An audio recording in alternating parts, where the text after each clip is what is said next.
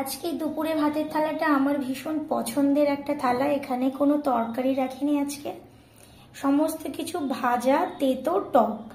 এই আজকের আমার দুপুরের থালা। এটা আমার ব্যক্তিগতভাবে খুব পছন্দের। এটা আজকের দিনটাতে আমার একটু শুকনো শুকনো খাওয়ার খুব ইচ্ছে হলো, তাই আমি এরকমভাবেই রান্না করেছি। তো বলি কি কি আছে আজকে থালাতে। প্রথমে আমি রেখেছি, দেখো এখানে একটা করলা সেদ্ধ করেছি, আমি এভাবেই খেয়ে নেবো, এটাকে মাখবো না।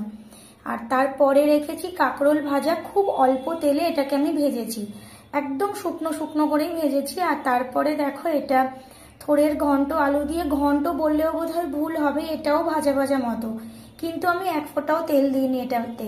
ওই থোড়ের যে জল উঠেছে ওটা থেকেই হয়ে গেছে। আর শুকনো পাঁচ ফোড়ন দিয়ে আমি সাঁতলে নিয়েছি, সাথে একটু কাঁচা লঙ্কা রেখেছি। তো আজকে বলতে পারো আমার তেল খুব কমই রান্না আজকে। আর সবশেষে রেখেছি একটু আমড়ার চাটনি, এটা একটু বেশি করে রেখেছি তরকারির মতো, এক বাটি রেখেছি, এইটা আমি লাস্টে খাবো। আর একটা লেবু রেখেছি।